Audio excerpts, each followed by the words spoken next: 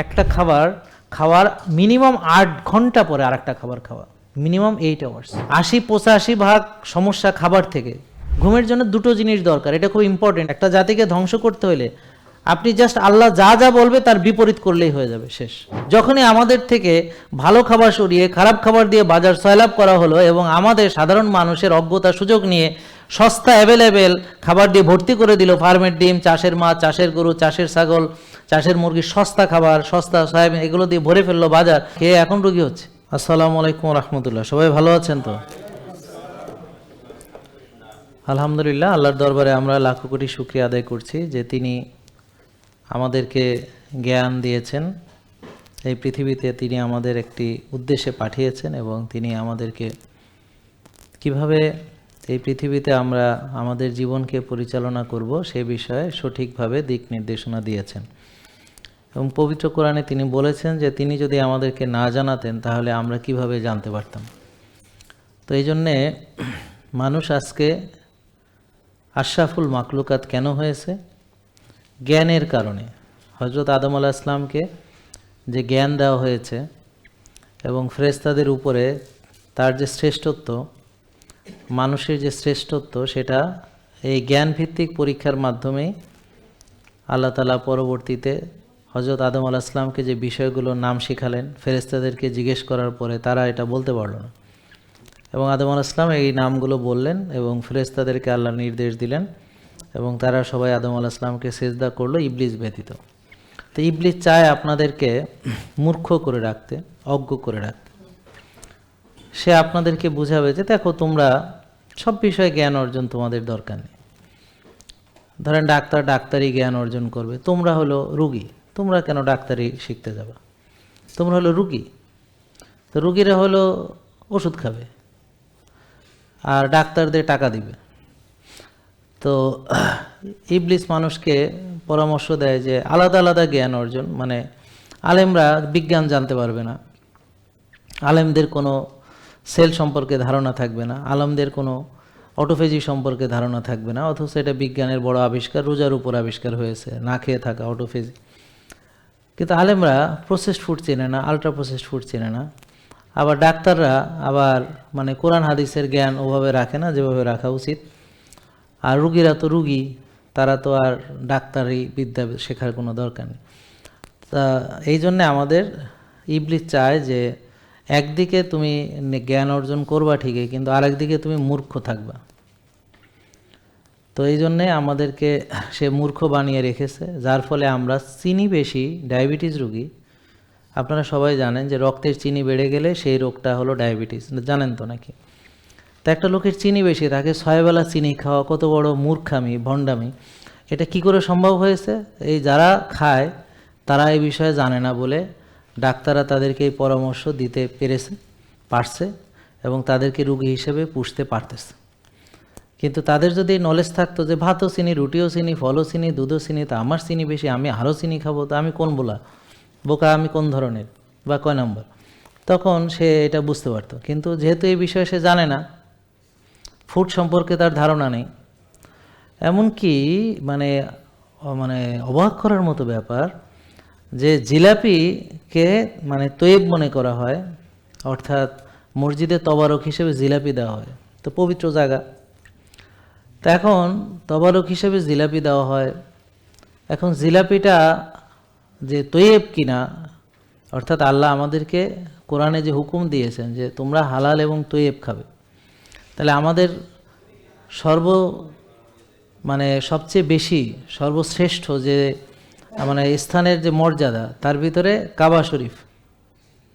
সেখানের ইফতারিতে যে দেখেন বা সেখানের যে আমাদেরকে যা খাওয়াচ্ছে বা দিচ্ছে, সেটা কিন্তু জনগণের টাকা। এটা কিন্তু এমন না যে মনে করেন যে সৌদি সরকার খাওয়াইতেছে, এটা আপনার আমার মতো আরও অনেক লোক আছে, তারা ওখানে সাদাকা করে, সেই টাকা দিয়ে অ্যাপসের মাধ্যমে অনেকেই টাকা দেয়, দেশে বিদেশে বিভিন্ন মুসলিমগণ, সেই টাকা দিয়ে তারা প্রোডাক্ট কিনে খাওয়ায় আমাদেরকে, বুঝছেন? কারো বাড়ির টাকায় খায় না, কারো নিজের কোনো ইনকাম না, আমাদের টাকাই, মানে হয়তো একজন দিছে আর একজন খাচ্ছে। যেমন মসজিদে আমরা ইফতার করি না, ইফতার করলে মসজিদে মুসল্লিরাই টাকা দেয়, কিন্তু মুসল্লিরাই ইফতার করে, ঠিক আছে না? সঙ্গে মেহমান থাকলে আসে করে, এরকম আর কি ব্যাপারটা, বুঝছেন? তো এখন যেই প্রোডাক্টগুলো ক্রয় করা হচ্ছে, যারা ক্রয় কমিটির সঙ্গে জড়িত, তারা যেটা কিনছে, এখন তারা যদি ধরেন বাদশার লোক হয় তো তারা টেন্ডার পাইতেছে, তারাই কিনতেছে। তো এখন তারা আমাদেরকে কি খাওয়াচ্ছে, বা আমরা তো আর ওদের কাছে খাইতেও চাই নাই। তাহলে পবিত্র জায়গাতে এই যে প্রসেসড আল্ট্রা প্রসেসড ফুড যে তৈয়েব কিনা, এই তৈয়েব খাবার কি এটা না জানার ফলে আলেমরা ওই পবিত্রতম স্থানে এমন খাবার ঢুকছে যেই খাবার খাইতে আল্লাহ কোরআনে নিষেধ করেছেন। যেমন হারাম খেতে নিষেধ করেছেন, বলেছেন হালাল খাও, তেমনি উৎকৃষ্ট খাবার খেতে নিষেধ করেছেন, অর্থাৎ তৈয়েব খেতে। তার মানে তৈয়েব খাবার নির্দেশ দেওয়া মানেই তো বাকি খাবারগুলো আমরা যেন অ্যাভয়েড করি। আর তা নাহলে তো বলারই দরকার ছিল না, তাহলে তো তৈয়েব শব্দটা কোরআনে আসারই দরকার নেই, শুধু হালাল বলেই আল্লাহ ছেড়ে দিতেন। একটা জাতিকে ধ্বংস করতে হলে আপনি জাস্ট আল্লাহ যা যা বলবে তার বিপরীত করলেই হয়ে যাবে, শেষ।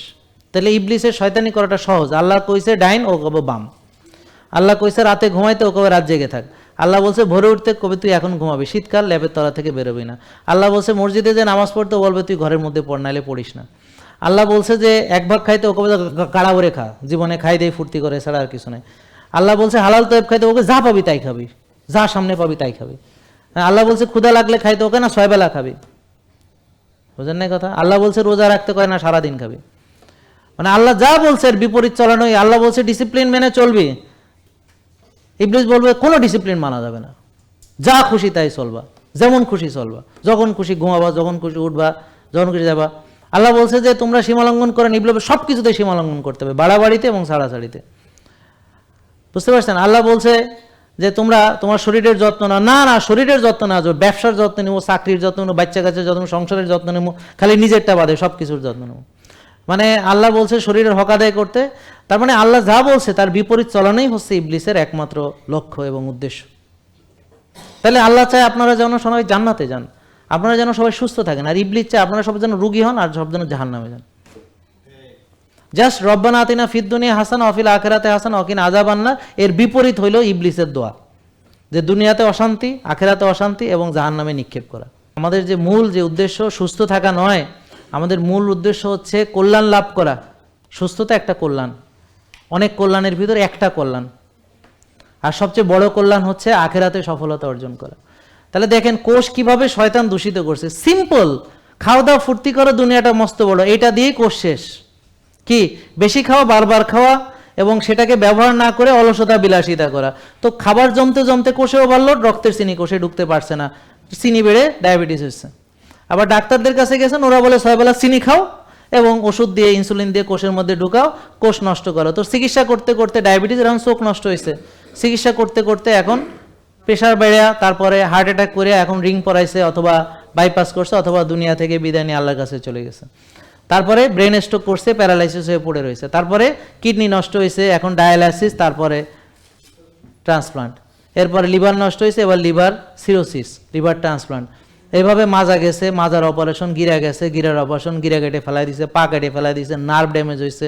এভাবে পেটের সমস্যা, ব্রেনের সমস্যা, ভুলে যাওয়া, অ্যালজেমার, ডিমেনশিয়া, শক্তি নাই, পুরুষত্বহীনতা, নারীত্বহীনতা, মেয়েদের বাচ্চা হয় না, পিসিওএস, পিসিওডি, বুকে লোম, দাড়ি, মোষ, ঘাড় কালো, বগল কালো, মাথায় টাক, ব্রণ হয়েছে, মেয়েদের মাসিক হচ্ছে না, বাচ্চা হচ্ছে না, ইনফার্টিলিটি, পুরুষদের ইরেকটাইল ডিসফাংশন, পুরুষত্ব নাই, শেষ। সব পুরো সমাজকে ধ্বংস করার জন্য দেখছেন নীতি কি, মাইটোকন্ড্রিয়াল ড্যামেজ। এই সব কিছুকে বলে মেটাবলিক ডিসঅর্ডার, মেটাবলিক ডিজিজ। তার ভিতরে ডায়াবেটিস একটি, উচ্চ রক্তচাপ, ফ্যাটি লিভার ইত্যাদি, পিসিওএস, পিসিওডি, ইরেকটাইল ডিসফাংশন, এগুলো সব। এবং এগুলোর স্থানাপনা, যেমন ডায়াবেটিক হয়েছে, ডায়াবেটিসের কারণে ডায়াবেটিক রেটিনোপ্যাথি মানে চোখ নষ্ট, ডায়াবেটিসের কারণে নেফ্রোপ্যাথি, কিডনি নষ্ট, ডায়াবেটিসের কারণে কি নিউরোপ্যাথি, নার্ভ নষ্ট, ডায়াবেটিসের কারণে আস্তে আস্তে হার্ট অ্যাটাক, ডায়াবেটিসের কারণে আরও 15, 20, 30টা, প্রেশারের কারণে আরও এরকম, এইভাবে 60-70টা রোগ। মূল কারণ হলো এই শয়তানের একটা বুদ্ধি, খাওয়া দাওয়া ফুর্তি করো, দুনিয়াটা মস্ত বড়, অনিয়ম বিশৃঙ্খল জীবনযাপন করো, নিজের যত্ন নিও না, স্বাস্থ্যের যত্ন নিও না, যা পাও তাই খাও, খাওয়া দেখলে যেন মাথা ঠিক না থাকে। আজকে দাওয়াত আছে নাকি কারো? শুক্রবার গিফট 5,000 টাকার গিফট নিছে, বুঝছেন। এখন চিন্তা করছে এতটুকু খাইলে কি লস হয়ে যাবে না হুজুর? তো চিন্তা করে কয় হাজার টাকা বিল উঠাইতে পারলাম, মাগ না পাইলে উরে বাবা হালুম হুলুম, মনে হয় যে সে জিতে আসছে। সে তো জিতে আসে নাই, ঠকছে, নিজেকে ধ্বংস করছে। বুঝছেন? একদিন এসে বলতেছে, আচ্ছা তো তা আপনার কথা তো সবই মানলাম, কিন্তু তাহলে দাওয়াত হলে কি করুম? তা আমাকে দাওয়াত না খাইলে জাহান্নামে যাবেন, এই কথা কোথায় আছে? যে দাওয়াতে যাই খাইতেই হবে, নাহলে আল্লাহ তাআলা জাহান্নামে নিক্ষেপ করবেন, এরকম আছে নাকি কোথাও? এটা কোরআন হাদিসে আছে। তো আপনি দাওয়াত খাবেন, অসুবিধা নেই, আপনার তরিকাতে হলে খাবেন, নাহলে আপনি একটা চিন্তা করবেন বাসা থেকে খেয়ে যায়, ওখানে গিয়ে জাস্ট একটু মুখ রক্ষা করে আসলাম, বা একটু সবজি নিয়ে নাড়াচাড়া করলাম, বা কুসুমটা ডিমের ভিতর থেকে বাইর করলাম, যদিও সেটা ফার্মের ডিম। কেউ আছে কয় যে স্যার আমি ভাত দিয়ে মাইখা মাংস খাইছি, ঠিক আছে, কিন্তু মাংস তো সয়াবিন তেলে অলরেডি চুবাইয়া দিছে, তার মধ্যে আবার দিছে চিনি, তার মধ্যে আবার ওই যে আরও কত কি দেয় না, গন্ধের জন্যে, সুবাসের জন্যে, তারপর হচ্ছে মানে কি বলে কালারের জন্যে, তারপর মনোসোডিয়াম গ্লুটামেট, এমএসজি, কত কি দেয়। আমি বাবুর্চিদের সাথে কথা বলি তো, আর রেস্টুরেন্ট তো এখন আমার আছে, আর ওরা তো শেফরা কি করে আমি জানি না, আমি তো যেখানেই যাই ওরা তো আসে, শেফরা তো জানে যে আমার নিজেরও আছে, ওই আমাদের ইন্টারন্যাশনাল শেফ আছে, তো ওরা তো ভালো করেই চিনে আমাকে। তো ওরা আমি গেলে অবশ্য আমাকে আলাদাভাবে ওরা বলে, স্যার আপনি এটা খাইতে পারবেন, ওরাই বলে যে এর মধ্যে এইটা আছে, বুঝছেন? ওই যে মুরগির যে পাউডার দেয় না, এর মধ্যে এমএসজি দেওয়া থাকে। এবং দেখবেন যে ওদের তরকারি এত টেস্ট হয় কেন, বাসায় বইয়ের রান্না এত টেস্ট হয় না কেন? কারণ ভূত আর এমএসজি দেয় না, ভূত আর ওইসব কেমিক্যাল দেয় না, এই জন্যে। বুঝতে পারছেন? তো যাই হোক, তা এখন এই মেটাবলিজমকে টার্গেট করেছে ইবলিস, বুঝতে পারছেন? আর এর দোসর হলো যারা এই রোগ পুষতে আপনাদেরকে পরামর্শ দেয় যে ডায়াবেটিস রোগী চিনি বেশি, 6 বেলা চিনি খাও, আর ওষুধ হচ্ছে আপনার গড, আপনাকে ভালো করবে ওষুধ, বুঝতে পারছেন? আপনার গড ওষুধ, আর নিয়ার টু গড হলো ডক্টর, নেক্সট টু গড, নাউজুবিল্লাহ, এইসব কথা বলে মানুষ। ডাক্তারকে বলে নেক্সট টু গড কেউ নেই, এটা ইউরোপিয়ান কথাবার্তা, ওরা বলে আর কি, এরা বলে নেক্সট টু গড বলে, নাউজুবিল্লাহ। তো এগুলো ইমান থাকবে না, এসব কথা আমরা বলতে পারি না। তো আমরা এখানে, আপনারা যারা এসেছেন, একটু পরে স্যার আমার এই রোগ ভালো হবে কিনা, ভাই বিশ্বাস করেন আমি একটা কথা বলি, আমাদের এখানে কোনো রোগেরই চিকিৎসা হয় না, বিলিভ মি। আমরা কোনো রোগ ভিত্তিক চিকিৎসা করি না, বিলিভ মি। বুঝতে পারছেন? এই যারা ভালো হয়েছে ওদেরকে জিজ্ঞেস করেন, এখানে রোগ ভিত্তিক চিকিৎসা হয় না। আপনি যেভাবে চলাচিত ওভাবে চললে ভাই আপনার কোনো রোগ থাকবে না ভাই। যেমন একজনের ডায়াবেটিস ছিল, এখন নাই, কারণ সে কোষ খালি করে ফেলছে। তাহলে কোষ ভরাট হয়েছে, ডায়াবেটিস হয়েছে, বুঝতে পারছেন? তো এখন কোষে চর্বি, ইনসুলিন, এখন না ইনসুলিন আছে কিন্তু কোষ বাধা দেয় ইনসুলিনকে, এখন চিনি ঢুকতে পারে না, এখন ইনসুলিন তো আছে কিন্তু কাজ করতে পারতেছে না, এটাই ইনসুলিন রেজিস্ট্যান্স। এটা হলো হোমায়ার দিয়ে বোঝা যাবে। তাহলে হোমায়ার বেশি থাকলে কি বুঝবো যে কোষে ওভারলোড আছে। এখন ওভারলোড কীভাবে হয়েছে, এতক্ষণ আলোচনার পর নিশ্চয়ই আপনাদের বুঝতে কোনো অসুবিধা হয়নি। ওভারলোড হয়েছে, বেশি খাইছি, বারবার খাইছি, টেনশন করছি, রাত জাগছি, অনিয়ম করছি, বিশৃঙ্খল জীবনযাপন করছি, রোদ্রে যায় নাই, ঘাসে হাঁটি নাই, নিজের যত্ন নেই নেই। নিজে যে একটা মানুষ, এটা যে যত্নের দরকার, এটা মাথার মধ্যেই নাই। কেউ সংসার নিয়ে আসে, কেউ সলমায়া মানুষ করা নিয়ে আসে, হ্যাঁ, কেউ ব্যবসা নিয়ে আসে, কেউ টাকা ইনকাম করার ধান্দায় আছে, কেউ ওয়াজ নসিহত করতেছে, শীতকালে এক রাতে ঘুমায় নেই, শীতকালে এক রাতে ঘুমায় নেই, এলাকাবাসীকে ঘুমাইতে দেয় নাই, 12টা 1টা পর্যন্ত মোনাজাত দিচ্ছে রাত 12:30টায়। আমি গেছিলাম একবার ওই যে শেরপুরে, তা ওখানে যিনি আসছেন বক্তা, 2 লক্ষ টাকা দিয়ে তাকে নিয়ে আসছে আর কি। তো তাহলে এক জায়গায় গেলে যদি 2 লক্ষ করে হয় সপ্তাহে, যদি তাহলে এরকম মনে করেন, যদি সে এই সিজনে চিন্তা করে যে এই 2 মাস কোপামু, তাহলে 60 দিনে কত লাখ, মানে যদি প্রতিদিন পারে, তাহলে ঘুম দরকার নাকি আগে এই সিজনটা শেষ করা দরকার? আগে এই সিজনটা শেষ করা দরকার, পরে সারা বছর আছে দেখা যাবে। ভাই টাকার কাছে সবাই, বুঝছেন, বলে যে এই হুজুরকে 1 বছর আগে সিরিয়াল দিয়ে আনছি, 1 বছর আগে সিরিয়াল দেওয়া লাগছে, বুঝতে পারছেন? এটা একদম আমার মানে নিজস্ব লোক, ওটা তো আমি জানি, কথা তো সত্যি। 1 বছর আগে সিরিয়াল দিছে, 2 লাখ টাকা। তা এখন ইনি কি এখন ঘুমাবে নাকি ওয়াজি করে বেড়াবে? হ্যাঁ, তাহলে এখন রাসূল সাল্লাল্লাহু আলাইহি ওয়াসাল্লাম বলেছেন এশার পরে কথা বলা উনি পছন্দ করতেন না, আর এশার আগে ঘুমানো পছন্দ করতেন না, আছে তো নাকি? আচ্ছা, এখন বুঝলাম এলাকাবাসীর জন্য একদিন, কিন্তু আপনার জন্য তো এখন প্রতিদিন। তাহলে আপনি নিজের ভালোটা আগে বোঝেন না, নিজের ভালোটা বোঝেন যে আপনি কি ইসলামের ভিতরে আছেন না ইসলামের বাইরে চলে গেছেন। তাহলে আমরা যে কোনো কারণে যদি ইসলামের বাইরে চলে যাই, এই ব্যাপারে একটা কড়া হাদিস আছে, এটা সাহাবাগণ আলোচনা করছিলেন। একজন বললেন যে আমি সারা বছর রোজা রাখুম, আরেকজন বলছেন এরকম, আপনারা পাইছেন হাদিসটা? রাসূল সাল্লাল্লাহু আলাইহি ওয়াসাল্লাম বলেছেন, দেখো আমি নামাজও পড়ি, আমি রোজাও রাখি, আমি বাজারও করি, আমার বিবি সন্তান আছে আছে বলছেন না? তার মানে এবং বলেছেন এই কথা যে তোমরা আমাকে আল্লাহর চেয়ে বেশি, আল্লাহকে আমার চেয়ে বেশি ভয় তোমরা পাও না। তার মানে আমরা যদি ইবাদতে বা কোনো কিছুতে বা দিন প্রচারে যদি রাসূল সাল্লাল্লাহু আলাইহি ওয়াসাল্লামকে ওভারটেক করি, তাহলে সেটা খুব একটা ভালো হবে না। তো এই জন্যে ফজরের পর আপনারা ভাই বয়ান শুরু করে দেন, আর এশার মধ্যে বয়ান শেষ করেন, এটাই সবার জন্য কল্যাণ। এবং অনেকে এটা করতেছে, এবং কয়েকজন আলেম আমাকে বলছে আমরা কিন্তু আপনার কথা উদ্বুদ্ধ হয়েছি, কয়েকজন বলছে আমাকে যে আপনার কথা উদ্বুদ্ধ হয়ে আমরা এটা চেঞ্জ করছি। বা আমার কাছে বেশ কয়েকজন আলেম আসছে, ওনাদেরকে আমি বুঝাই বলছি, কোরআন হাদিসের দলিল দিয়ে বুঝাই বলছি, বলার পরে বলে যে আমি এবার আমার ওয়াজের শিডিউল চেঞ্জ করুম। তাই আমি বললাম ভাই রিজিক তো আল্লাহর পক্ষ থেকে আসে, আপনার যদি টাইম শিডিউলের সাথে ওরা অ্যাডজাস্ট করে না করে আপনি যাবেন না, দেখবেন আপনাকে নেওয়ার লোকের অভাব হবে না। ঘটনা তাই ঘটছে, ব্যাপারটা বুঝতে পারছেন? তা আমি যেমন ধরেন এখানে সবাই আজকে আমার রুগী, ঠিক? তাই সবাই আজকে আমাকে দেখাবেন, যদি আমি দেখি দেখবেন না, দেখাবেন না? না দেখবেন তো, মানে দেখাবেন আমারে আজকে, দেখাইতে রাজি আছেন? আচ্ছা ঠিক আছে, টাকা নেওয়া না নেওয়া পরের কথা, দেখাইতে রাজি কিনা? এখন এই সব রুগী যদি আজকে দেখি, আমি কি হব? আর একটা রুগী। এখন ডিমান্ড থাকলেই তো আপনাকে সেখানে সাড়া দেওয়ার সুযোগ নাই। আমি কি ডিমান্ড থাকলেই সাড়া দিতে পারবো না? তাহলে কি করতে হবে? আমাকেও আমার লাইফস্টাইল মানার পাশাপাশি আপনাদের জন্য আমি কি করছি, ডাক্তার রেখে দিচ্ছি, কোনো টাকা লাগতেছে না, ডাক্তার আপনাকে বুঝাবে, আমি এখানে বুঝাচ্ছি, আপনি আমার রুমে আসলে 10 মিনিটের বেশি থাকতে পারবেন না, কিন্তু এখানে আমি কয়েক ঘন্টা ধরে বুঝাচ্ছি। আপনি কোনো ডাক্তারকে দেখাই আপনি কয় মিনিট দেখাইছেন, এটা যদি হিসাব নেই, গড়ে 7 মিনিট দেখাইছেন কিনা সন্দেহ আছে।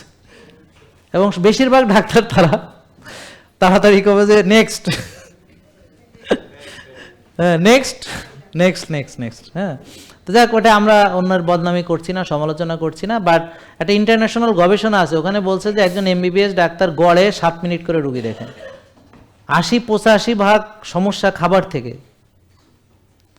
পেটে যা যায়, যে আমাদেরকে যে হিংস্র প্রাণী খেতে কেন নিষেধ করা হয়েছে, বিষাক্ত হিংস্র এই যে বাঘ, এগুলোর মাংস কেন খাই না আমরা?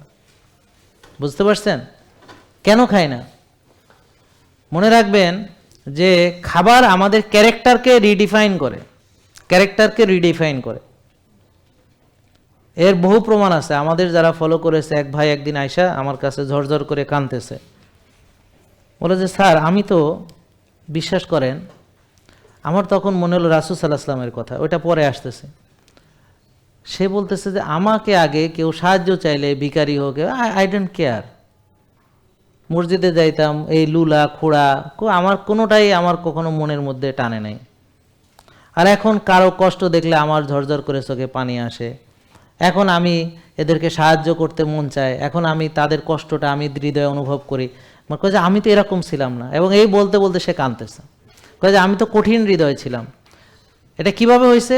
সে এখন আমাদের লাইফস্টাইল ফলো করেছে, করে সে খাবার চেঞ্জ করেছে, সে রোজা রেখেছে, সে মসজিদে যে নামাজ পড়তেছে, সে ভোরে উঠতেছে, সে রোদে যাইতেছে ঘাসের, তার ভিতরে হিউম্যানিটি চলে আসছে, মানবতাবোধ, মানবিকতা, মানবীয় আচরণ। তাহলে প্রতিটা মানুষ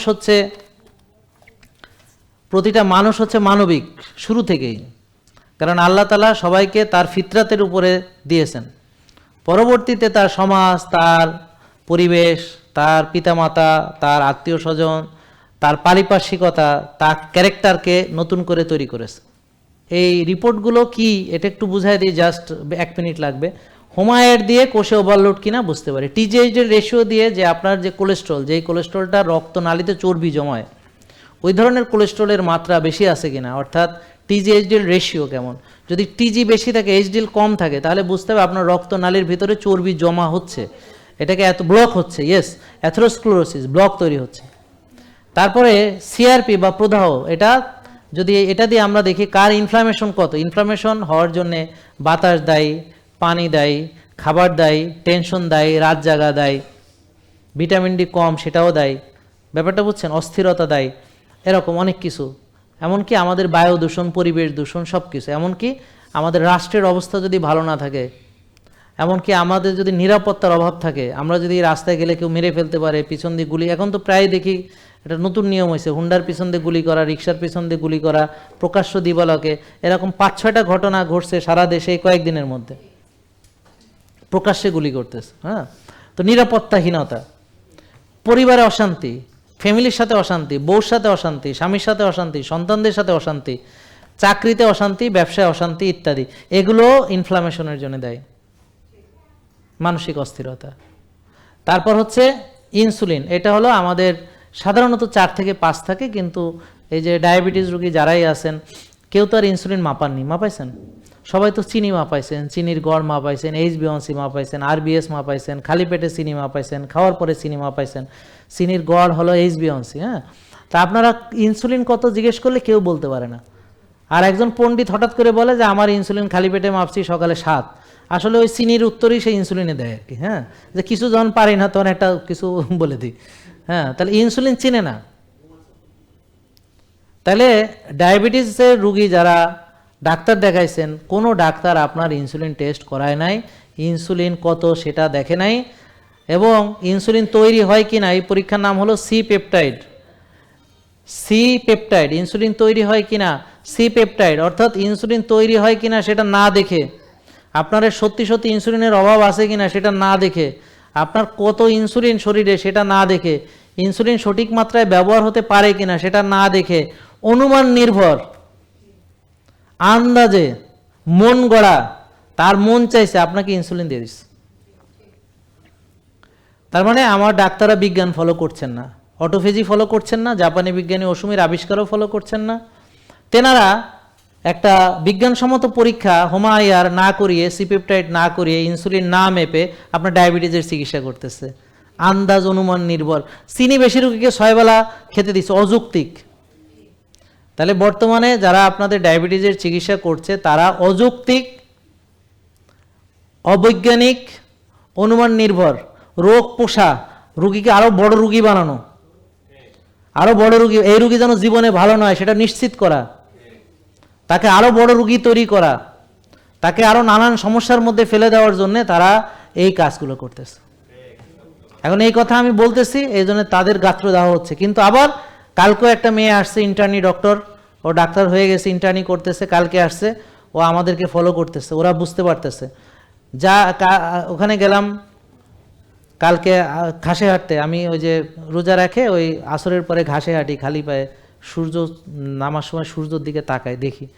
এটা রাতের ঘুমের জন্য ভালো, জানেন তো আপনারা। রাতে হঠাৎ যাদের ঘুম ভাঙে, আপনারা বিকেলে সূর্যের দিকে তাকাবেন, যখন সূর্যটা নরম অস্ত যায়, ওরকম কড়া সূর্য না, কড়া সূর্যের দিকে তাকানো উচিত না।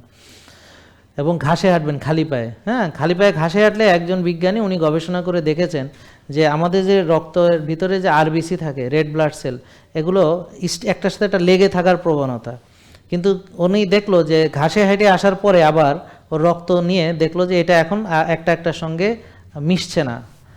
মানে এটার কারণ পরে দেখলেন যে ওই যে আমাদের যে ইয়াটা ডিসচার্জ হয়ে যায়, আমাদের যে গ্রাউন্ডিং হয়, আর্থিং হয়, যে আমাদের যে নেগেটিভ ইয়াটা চলে যায়, যার ফলে ওটা একটা আর একটাকে, আর এখন ওদের ইয়াটা চেঞ্জ হয়ে যায়, মানে ম্যাগনেটিক ইয়াটা চেঞ্জ হয়ে যায়, বুঝতে পারছেন? তো এইগুলো আপনারা বুঝবেন কিনা বিষয়টা হলো যে লেগে থাকার প্রবণতা, রক্তের লেগে থাকার প্রবণতাটা কমে যায়, বুঝতে পারছেন? তো এবং সেই রক্তের চলাচলটা ভালো থাকে। আর হলো আপনার এই যে এই নেগেটিভ ইয়াগুলো চলে যায় শরীর থেকে, বুঝতে পারছেন? দেখবেন যে আপনি বুঝবেন কিভাবে, যে আপনি দেখবেন মাথাটা ভালো লাগছে, মাথার চিন্তাটা কমে যাচ্ছে, শরীরটা রিল্যাক্স লাগছে, ঘুমটা ভালো হচ্ছে, হ্যাঁ, খুব ভালো লাগতেছে। এবং আমার তো ইফতারে রক্ত হয়ে যাচ্ছে, কালকে আমার আসতে মন চাচ্ছিল না, দেখছি যে ওখানে খুব ভালো লাগতেছে, আমি যে ঘাসে হাঁটতেছি ওটা খুব ভালো লাগতেছে। বৃক্ষ মেডিটেশনও একই রকমই, মানে সবগুলো হলো মানসিক প্রশান্তির জন্য। তো এই যে খালি পায়ে যে ঘাসে হাঁটা, এটা কিন্তু খুব ইম্পর্টেন্ট আমাদের। একটু আপনারা একটু চেষ্টা করে দেখেন তো, সূর্যের আলো দেখা, বিকেলবেলায় হাঁটা, এগুলো খুবই খুবই গুরুত্বপূর্ণ পাকস্থলীর জন্য। এটা খুবই ইম্পর্টেন্ট, এটা একটু মনে রাখবেন। আইবিএস রোগীর বাদে আমরা যারা সাধারণ স্বাভাবিক মানুষ তাদের কথা বলছি, খুবই গুরুত্বপূর্ণ হচ্ছে একটা খাওয়ার মিনিমাম 8 ঘন্টা পরে আর একটা খাবার খাওয়া, মিনিমাম 8 আওয়ার্স। এই যে আমাদেরকে যে এখন যে বলে না যে সকালে একটু পরে নাস্তা, এগুলো একদম সম্পূর্ণ বিজ্ঞান বিরোধী কথাবার্তা।